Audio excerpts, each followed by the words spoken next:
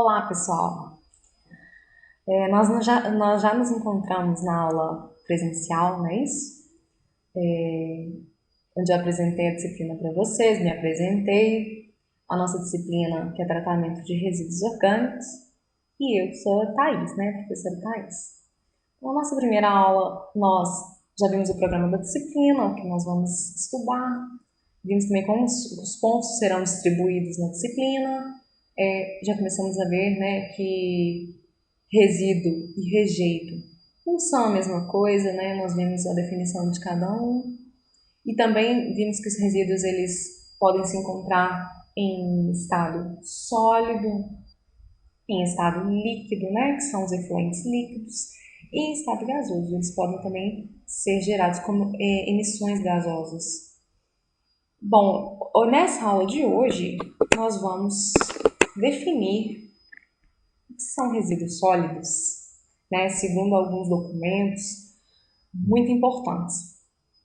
Um deles é a Lei 12.305, do ano de 2010. Foi essa lei que estabeleceu a Política Nacional de Resíduos Sólidos, né? Inclusive ela se chama Política Nacional de Resíduos Sólidos. Essa lei também que instituiu o Plano Nacional de Resíduos Sólidos, que foi escrito, né, foi redigido após a lei, né, ser promulgada.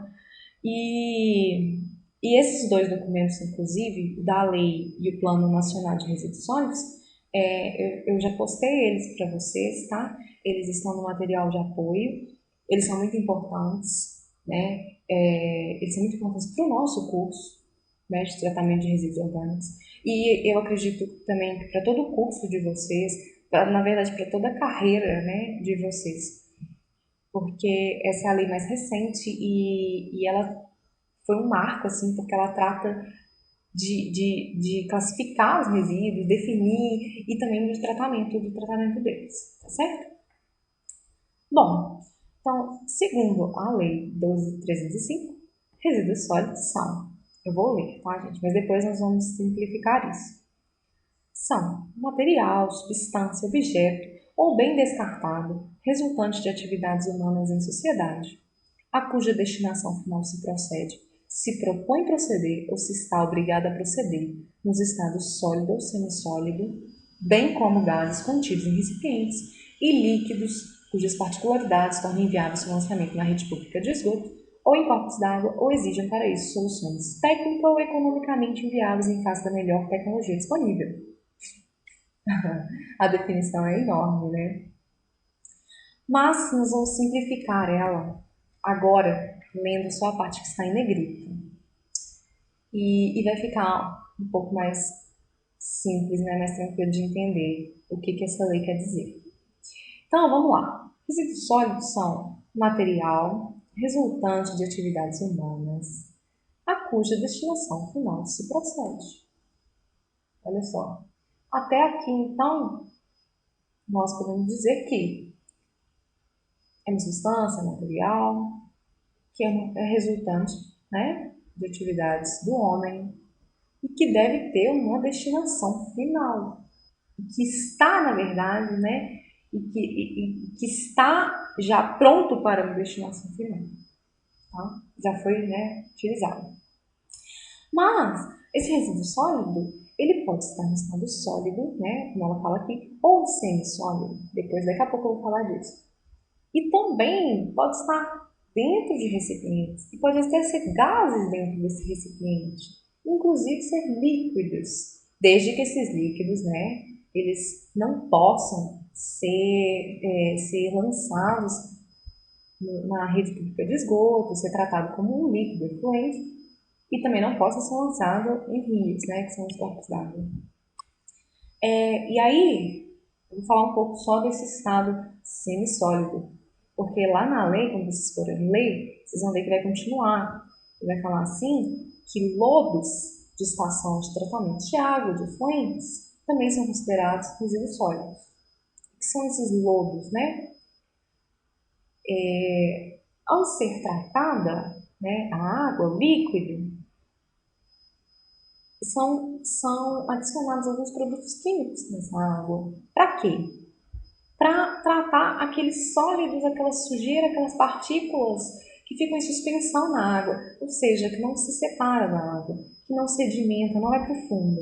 Então, esses produtos químicos, eles ajudam essas partículas a se aglomerar, formar o aglomerado, ficar mais pesada, sedimentar, se separar do líquido e ao se separar do líquido, né, esse sólido ou semissólido é chamado de lodo, tá? Essa imagem aqui está mostrando um lodo, né? Esse é um tanque onde provavelmente, né, foi feito aí o tratamento dessa água e foi gerado esse lodo. Bom, além da lei 12.305, nós temos também uma definição segundo uma norma muito importante, que é uma norma NBR, uma norma brasileira da ABNT, norma 10004. A ABNT, a sigla ABNT, significa Associação Brasileira de Normas Técnicas. E as normas que são produzidas, né, pela ABNT, elas também possuem força de lei, embora não seja uma lei. Ela não foi elaborada lá no Congresso, né? Essas normas elas são elaboradas, na verdade, pela própria sociedade. E elas possuem força de lei. Então, elas devem ser cumpridas como qualquer outra lei. Elas devem ser observadas, tá? Então, segundo essa norma, resíduo sólido é um resíduo em estado sólido e semissólido que resulta de atividades da comunidade de origem industrial, doméstica, hospitalar, comercial, agrícola, de serviços e de varrição, que é o serviço de limpeza público. Né? Então, essa norma ela simplificou, né? Ela simplifica a definição de resíduo.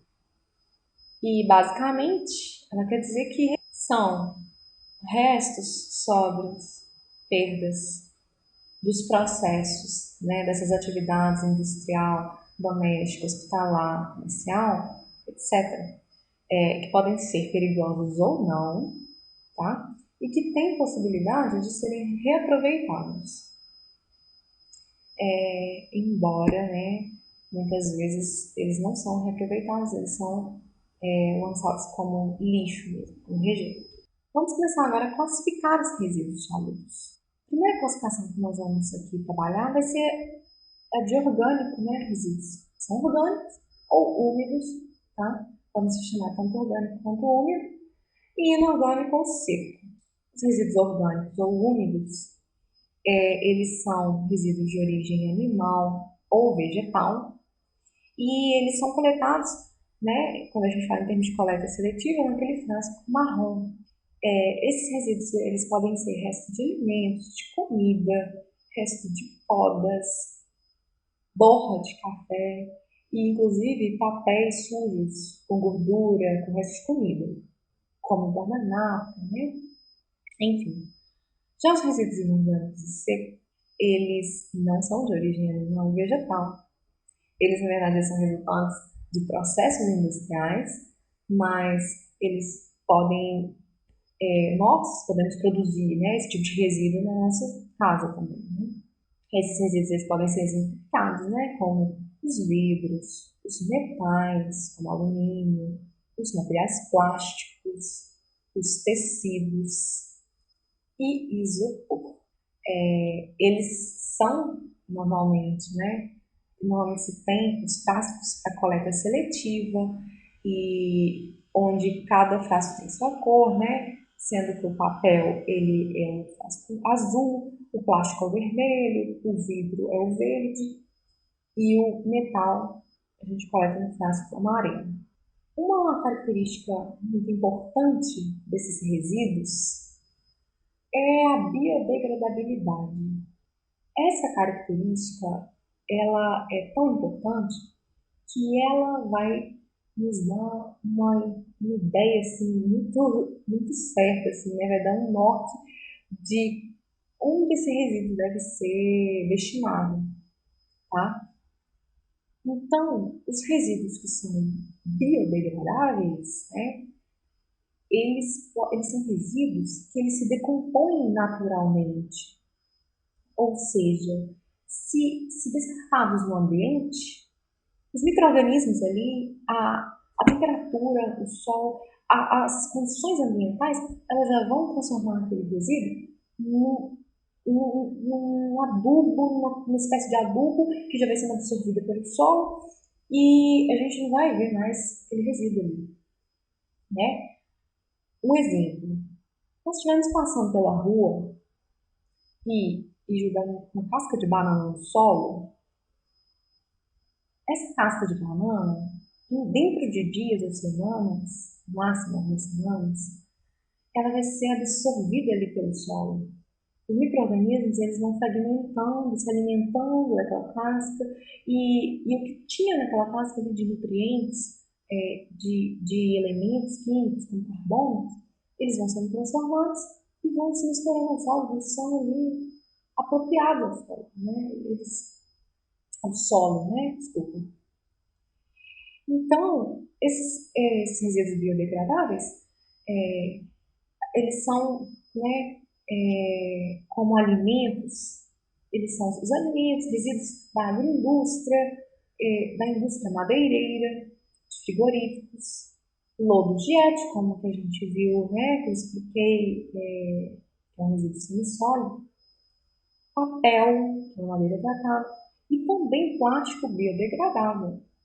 São tipos de resíduos biodegradáveis. Existe o plástico de origem, né, do petróleo, feito petróleo, é um plástico não biodegradável. E existe o plástico biodegradável de origem animal ou vegetal. Esses plásticos, para ser chamado biodegradável, né, ele tem que se decompor em até 180 dias, né, são 6 meses. E o plástico, né, não biodegradável, né, que é um material não biodegradável, assim como vidro, alumínio, metais, plásticos, pneus, esses aí, eles não se decompõem naturalmente na presença de micro-organismos. Ou seja, eles vão precisar de um tratamento, de um processo para eles poderem ser transformados. Se, né, ao invés daquele exemplo da gente, se a gente tivesse jogado uma casca de banana, a gente tivesse jogado, ao invés da casca, um copo plástico no solo, esse copo, ele ia ficar naquele solo ali, se ninguém tirasse, se o vento não levasse, se não acontecesse nada, chuva, se a chuva não levasse ele pro bueiro, ele ia ficar ali 50 anos, porque ele não se decompõe naturalmente, né? Ele demora anos para se decompor, assim como esses outros materiais que não se decompõem e que podem se tornar um grande problema ambiental, né? Bom, então, né, essa é a nossa aula de hoje. Essa aula marcada aqui, né? Por quê? Porque ainda tem os materiais, os documentos para serem lidos, né? Todo material de apoio complementar, eu sugiro que vocês leiam assim que acabar a aula, porque aí vocês vão estar muito frescos e aquilo vai, né, ser absorvido de uma maneira mais eficaz. E além disso, vocês já podem ir direto para o exercício, já fazer, que agora fica fresco, né, na memória, e fazer tudo certinho. Então é isso aí, gente. Até a próxima aula. Um abraço.